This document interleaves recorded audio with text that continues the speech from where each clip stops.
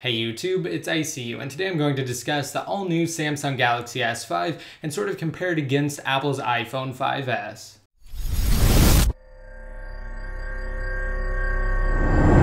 Now to start off, I wanted to preface by saying two things. First of all, remember that the 5S and the S5 are only phones, nothing more than that. There's really no need to get heated. And also, this is going to be definitely a less informal comparison and review between the two different phones, seeing as the S5 was just unveiled today. I don't actually have my hands on a unit, and I would actually refer to other videos that are up on the web from various tech sites. However, I didn't want to do that, so I'm just going to give you guys the facts, present them to you, and help you to possibly make an educated decision in the future once the S5 is available. Alright, so to start off, I'm going to reference an article on my site and go over some of the facts about the S5, and then we'll get more into how the S5 stacks up against Apple's flagship iPhone 5S, which was unveiled in September of 2013, so more than a few months ago at this point. Alright, so to begin, as I mentioned, this morning at approximately 11 a.m. Pacific time, Samsung revealed the company's quote next big thing at their annual press conference in Barcelona, Spain.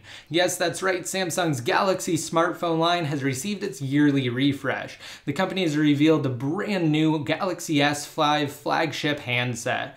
Sure to be one of Android's top-selling smartphones in 2014, the new S5 is a formidable foe for any device in the mobile arena. Equipped with a 5.1-inch Super AMOLED 1920 by 1080 display and powered by either a 2.5 GHz quad-core processor or possibly even an 8-core chip similar to what we saw with last year's Samsung Galaxy S4 in select international regions, and 2 GB of RAM, the S5 is guaranteed to be a smash hit amongst Android enthusiasts.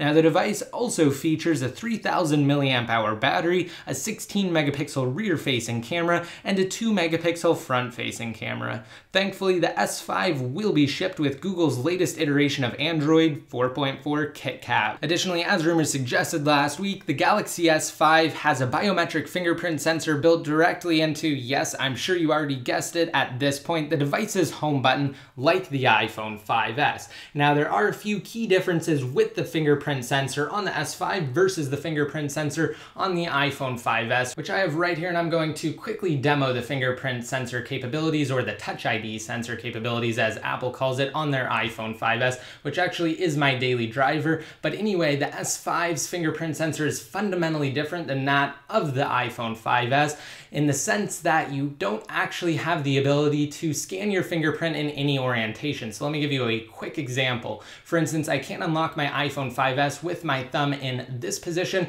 and I can also unlock it with my thumb upside down entirely on the home button. So whereas you can unlock it in any orientation on the iPhone 5S, on the S5 you actually have to place your thumb on the screen and swipe down over the home button. You cannot use it in any orientation, and it makes unlocking it naturally much more complicated than on the iPhone 5S, for instance. Now that's not to say the fingerprint sensor isn't accurate and doesn't work properly on the S5, it's just that from what I've seen thus far, it appears to be more natural on the iPhone 5S. Who knows though, maybe Samsung will be able to change things with a firmware update prior to the device's release, but again, from what we've been seeing so far, it doesn't appear as though the S5's fingerprint reading functionality is as robust as that of the iPhone 5S's. With that said though, that's only one aspect of the S5. So as an added bonus, the Galaxy S5 is also water resistant, and last year the company released a version of the S4, dubbed the S4 Active, to provide similar hardware in a water resistant casing. Now, is it possible that in an attempt to streamline their products, Samsung has reduced future handset spam by preemptively axing any future possibility of the S5 Active? It would certainly appear as that's the case, and that's actually a really great thing in my opinion. Samsung's been known for pushing out a plethora of multiple devices from differing screen sizes to the actual hardware powering them. Now personally, as I'm sure a lot of you can agree with me, I like the way Apple does things. They keep things simple. Some people from another perspective, however, might say that that does limit the choices, and while that is true, a company that focuses on a smaller number of products can put more effort into developing said products and increasing their overall performance and also the experience of the devices. And I believe that that's truly key when it comes to anything, whether it's something like a mobile tech product to a TV or any type of consumer product is best when companies focus the majority of their time, again, on a select number. Now, scrolling back up to the top here, I'm just going to have the page on my iPad focus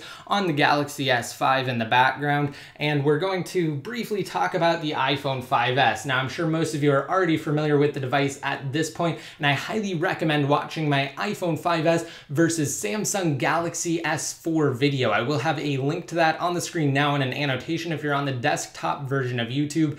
Just be sure to check it out because I go over what the iPhone 5S is all about. I list all of its specifications, and again, I go more into depth on the user experience of both the iPhone 5S and the current flagship Galaxy handset being the S4.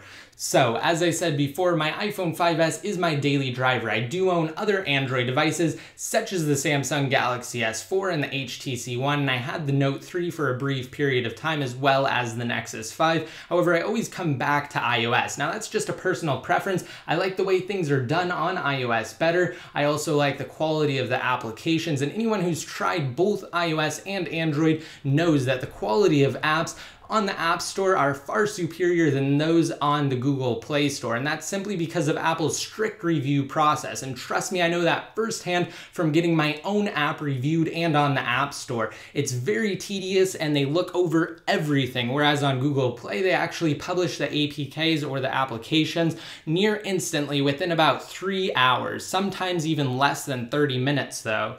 So I certainly feel as though iOS offers a cleaner experience. However, you can definitely do more with an Android device, no questions asked. You can root it, you can unlock it, you can also install custom ROMs and different APKs and do things that you simply couldn't do on an iOS device unless it's jailbroken. So of course, right now my iPhone 5S is jailbroken because that's the key thing I do on my channel. As most of you are aware, provide jailbreak tutorials. So if you aren't jailbroken and you own an iOS device, just be sure to check out my latest guide. Again, I'll also have a link to that on the screen now if you're on the desktop version of YouTube. But back to the actual iPhone 5S itself, Apple really raised the bar with this device, even though it maintained overall the same design as its predecessor with its 4-inch display that has a resolution of 1136 by 640. Unfortunately, it's not as big as the S5's display. Some people like that, some people don't. It just really depends on your personal preference. Apple is rumored to switch things up with the iPhone 6, however, but that is a ways off considering the iPhone 5S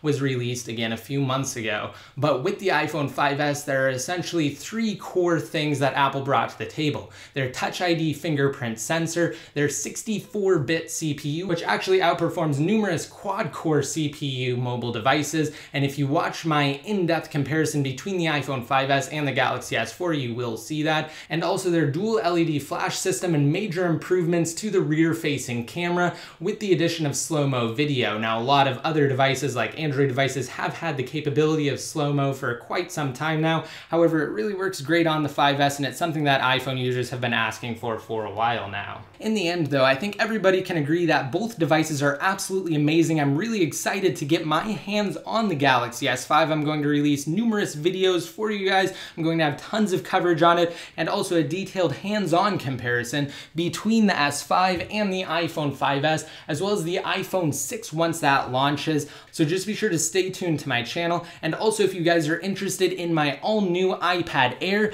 Xbox One, and PS4 giveaway, just be sure to check out my app video where I detail the giveaway and how to enter. I'll also have a link to that again on the screen now if you're on the desktop version of YouTube. And if you're not and you want to watch anything that I detailed in this video, then just be sure to check out my channel. Of course, you can find that simply by clicking below. And I'll also have a link to the article where I detail the Galaxy S5 and all of its specs down below if you didn't catch them all or you want to see them again. So of course, I hope you guys liked this video. If you want a chance to enter to win a $100 Amazon gift card in it, just be sure to rate it up and leave a relevant comment down below in the comment section. Once your comments have been posted, you'll be automatically entered to win. If you don't know what to leave in the comment section, let me know your thoughts on the Galaxy S5 and the iPhone 5S and even Apple's upcoming iPhone 6. Of course, though, I do hope you guys like this video. I'm really looking forward to reading your responses and your opinions on the two devices. And if you guys want to be updated more often, such as when I release new videos and cover jailbreak topics, just be sure to like me on Facebook, follow me on Twitter, and add me one of your circles inside of Google+. And until next time, this is ICU, signing out.